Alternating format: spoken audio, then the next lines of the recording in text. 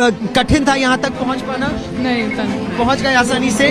कोई तनाव तो नहीं था? बहुत परेशानी हुई, खुद से आए हम लोग चल के, पैदल चल के? एम्बेसी ने कुछ नहीं किया है।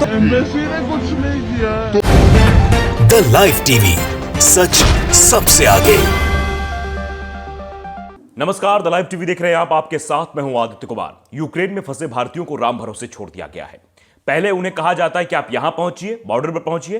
बॉर्डर पहुंचने के बाद कोई मदद नहीं पहुंचाई जाती और फिर कहा जाता है कि आप यहां से किसी सुरक्षित जगह पहुंचिए आत्मनिर्भर बनके। मतलब आप इसके जिम्मेदार आप हैं, आप अपने व्यवस्था करिए। आप जहां से पैदल आए तो पैदल आप जाके किसी सुरक्षित स्थान पर जाइए। इस तरह की बातें इंडियन एम्बेसी द्वारा की जा रही है, भारत सरकार द्वारा की जा रही है। ऐसे में आप समझ सकते हैं कि वहां पर फंसे भारतीयों की स्थिति क्या होगी।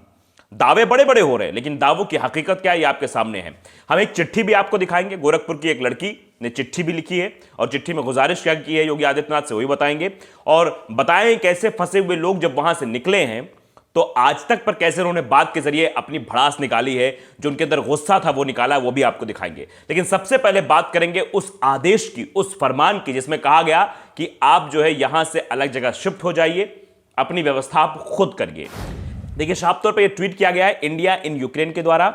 एडवाइजरी जारी की गई है कीव में। भारतीयों को जो एडवाइजरी जारी की, सलाह जो दी गई है वो ये कि आप छात्रों सहित सभी भारतीय नागरिकों को आज तत्काल यहां से छोड़ना होगा, यानी कीव छोड़ना होगा। यहां से आप तत्काल प्रभाव के साथ कई सुरक्षित स्थान चले जाइए। ट्रेन के माध्यम से किसी भी जो भी वहां उपस्थित हो, जो साधन मिले आपको, चाहे पैदल ही क्यों ना मिले, पैदल ही आप जो है स्थान छोड़ दीजिए। यह बात कही गई है क्योंकि वहां पर कहा जा रहा है कि तेज हवाएं चल रही है, बर्फबारी, ऐसी कुछ आशंकाएं जताते हुए, या गोलीबारी, कुछ भी हो सकता है। इसको लेकर यह सलाह, यह एडवाइजरी जारी की गई। लेकिन समझ नहीं आ रहा है कि भारत सरकार यह तक नहीं सोच रही है कि बच्चे कैसे जाएंगे। वो जो फंसे हुए वहां छात्र हैं, उनके पास कोई संसाधन नहीं है। वो पैदल यात्रा करके तो बॉर्डर तक पहुंचे हैं, अब वो वहां से कैसे निकल कर जाएंगे, बड़ा सवाल है। लेकिन इस पर कोई ध्यान नहीं दे रहा है। इसी को लेकर रणदीप सिंह सुरजेवाला ने एक ट्वीट किया है। उसी स्क्रीनशॉट को, इंडिया इन यूक्रेन जो एडवाइजरी जारी हुई है, उसी एडवाइजरी के स्क्रीनशॉट लेते हुए उन्होंने एक ट्वीट किया है। ट्वीट में लिखा है कि जिंदगी और मौत के बीच हजारों भारतीयों को सहायता की बजाय केवल आत्मनिर्भर सलाह, सीधे तौर पर लिखा है, आत्मनिर्भर सलाह दी जा रही है। मतलब सहायता नहीं की जा रही, उनकी मदद नहीं की जा रही। वो कहा जा रहा है कि आप आत्मनिर्भर बन जाओ। बीते 5 दिनों से यूक्रेन में मोदी सरकार हजारों बच्चों को बस से यहां से वहां भगा रही है। तबाही के मंजर में भला बाहर कैसे निकलें, दूरी कैसे तय करें और कहां जाएं, बच्चों की जिंदगी से खिलवाड़ कब तक? यह बड़ा सवाल रणदीप सिंह सुरजेवाला ने लिखा है और बड़ा सवाल है। आप बताइए, आप कह देते हो यहां से वहां शिफ्ट हो जाओ, गोलीबारी हो रही है, बमबारी हो रही है, दहशत का माहौल है, जान जोखिम में डाल के किसी तरह से लोग पहुंच रहे हैं बॉर्डर पर, और उसके बाद कहा जा रहा है आप वहां से भी हट जाओ। आप समझिए कितना दर्दनाक और कितना भयानक मंजर वहां का होता होगा। कब कौन सा बम आकर गिर जाए पता ही नहीं है कुछ। और ऐसे में आप कह रहे हैं यहां से वहां हो जाइए, आप शिफ्ट हो जाइए, मदद नहीं पहुंच पा रही, ये सब हो रहा, नौटंकी हो रही है। आप अंदाजा लगा सकते हैं हालात क्या है इस वक्त यूक्रेन में। और जो भारतीय फंसे हुए हैं, जो कोई बैंकर में छुपा हुआ, कहीं छुपा हुआ है, हालात और तस्वीर वीडियो आप लगातार देख ही रहे हैं। एक लड़की गोरखपुर की है, मोनिका सिंह, जिन्होंने चिट्ठी लिखी है योगी आदित्यनाथ को। यह खबर आपको बताते हैं पहले।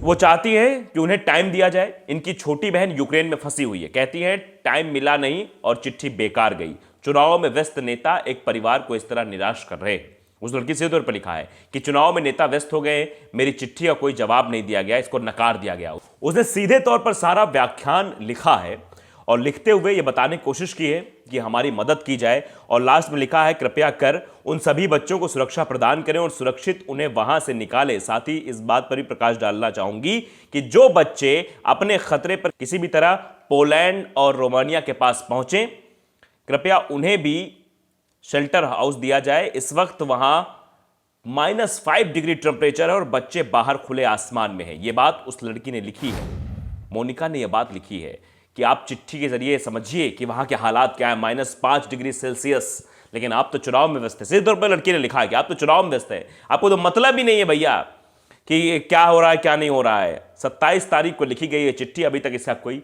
रिप्लाई नहीं आया, कुछ भी नहीं हुआ है। आगे आप बताते हैं कि कुछ भारतीय जो किसी तरह से निकल कर पहुंचे, उनसे जो है पत्रकार बात करने जाते हैं। वही पत्रकार जो एक बार पहले हमने इनकी खबर दिखाई थी कि वो बात करे तो गुस्से में लाल हो गई थी एक महिला, और आज भी यही हुआ, गुस्से में लाल हो गई एक छात्रा। उसने कहा कोई मदद नहीं की इंडियन एम्बेसी ने, कोई मदद नहीं की। सुनिए जरा। कठिन था यहाँ तक पहुँच पाना? नहीं उतना नहीं। पहुँच गए आसानी से? कोई तनाव तो नहीं था? बहुत परेशानी हुई, खुद से आए हम लोग चल के। पैदल चल के? एम्बेसी ने कुछ नहीं किया है। पैदल चल के? एम्बेसी ने कुछ नहीं किया है। तो पैदल आप चल के आए हैं यहाँ पर क्योंकि यहाँ कोई गाड़ियाँ किसी को अवेलेबल नहीं हो पा रही हैं और तो आप समझिए सही तौर पर लड़की कह रही पैदल चल कर आए हैं। पैदल इतनी लंबी यात्रा की है, 8 से 10 किलोमीटर का रास्ता पैदल तय किया, वो भी ठंड में, और बैग हाथ में, सामान हाथ में। बड़ा मुश्किल होता है ये वक्त, लेकिन फिर भी ये जो पत्रकार हैं इस तरह की बातें करके समझाने की कोशिश या बताने की कोशिश कर रहे हैं कि भारत सरकार लगातार मदद पहुंचा रही, भारत सरकार बहुत अच्छे से काम कर रही है, लेकिन स्थितियां क्या है वो किसी से छुपी नहीं है। आप समझ सकते हैं वहां पर हालात कितने बद से बदतर होते चले जा रहे हैं। एक तरफ छात्र परेशान है, वो इंडियन एम्बेसी को लगातार मैसेज कर रहे हैं, व्हाट्सएप कर रहे हैं, वीडियोस भेज रहे हैं, हालात से रूबरू करा रहे हैं, लेकिन कोई रिप्लाई नहीं। फोन किया जा रहा है, फोन कट कर दिया जा रहा है। कोई घर में बैठा हुआ, गुजरात में बैठा हुआ है, वो कॉल करता है विदेश मंत्रालय के हेल्पलाइन नंबर पर, तो उसे बताया जाता है कि हमारी जिम्मेदारी नहीं है, अभी हमारा संपर्क नहीं हो पा रहा है। उसके बाद स्थितियां ये आ रही कि कहा जा रहा है कि आप अपनी व्यवस्था स्वयं करिए। आप अगर कीवी में हैं तो वहां से कहीं और शिफ्ट हो जाइए, जो भी मिले बस ट्रेन जैसे आप जाना चाहें वैसे आप जाइए। मतलब आत्मनिर्भर बनने की बात की जा रही है। इस मुसीबत के दौर में भारत सरकार ने हाथ खड़े कर दिए हैं क्या? भारत सरकार क्या बच्चों की मदद नहीं कर पा रही है क्या? ये कई सारे सवाल हैं। क्या भारत सरकार या भारत सरकार में मंत्री जो है, चाहे वो प्रधानमंत्री हो या अन्य मंत्री हो, क्या वो चुनाव में इतनी बिजी हो गए हैं कि यूक्रेन में फंसे भारतीयों की चिंता उन्हें नहीं है? ये कई सारे सवाल हैं जो खड़े होते हैं। अगर थोड़ी बहुत चिंता होती उन बच्चों की, उन छात्रों की जो कष्ट में हैं, जो बार बार गुहार लगा रहे हैं कि हमारी मदद कीजिए सरकार, हमारी मदद कीजिए, हम यहां फंसे हुए हैं, कहीं भी किसी भी तरीके से आस नहीं नजर आ रही, उम्मीद नहीं नजर आ रही, खाने पीने को कुछ नहीं है, बर्फबारी हो रही है और कई छात्र गायब हो गए। सबसे बड़ी और भयानक तस्वीर तो यही है, कई सारे छात्र ऐसे जो वहां मिल ही नहीं रहे, भैया गायब हो गए। उनको ढूंढने की लगातार कोशिश की जा रही है, लेकिन वो मिल नहीं पा रहे हैं।